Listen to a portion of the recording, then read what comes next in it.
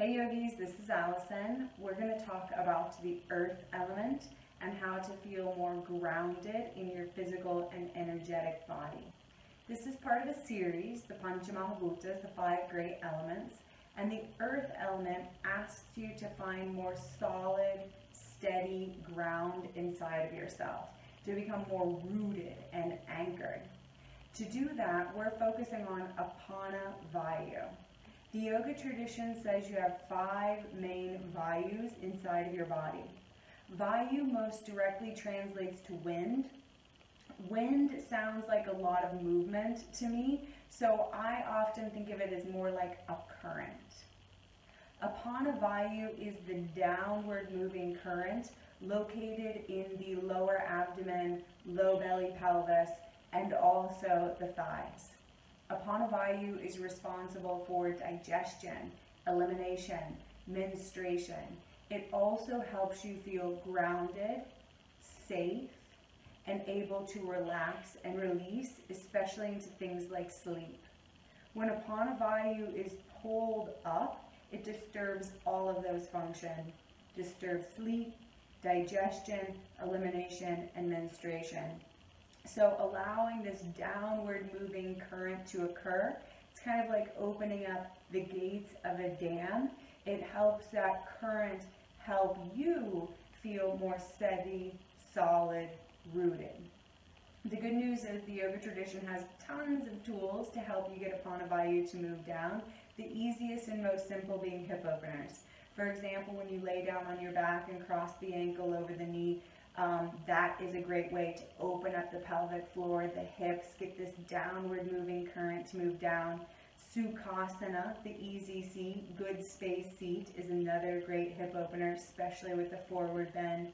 Even poses like Baddha Konasana, either seated, laying down, wonderful ways to get the pelvis, these currents opening up in the lower portion of the body.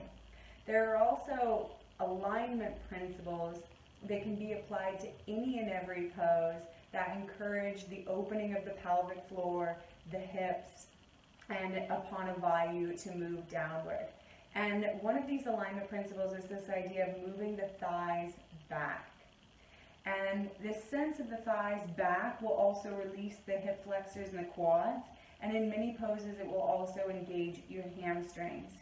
The idea of thighs back is up high, like the very tops of the thighs. And if you lean in and press the tops of the thighs back, you'll get a sense of what we're after. And that idea of thighs back can be applied in cow pose, downward facing dog. It's essential to move the thighs back towards the earth in your forward bends. When the thighs move back, you'll also get the scoop of the low belly up and in. Sometimes we take a blanket roll across the belly, but I know many of you are practicing at home with less props than you might have in a studio. So the way we've been doing this in classes is with fists. And if you take your fists and place the hands in the low belly, and then fold into child's pose.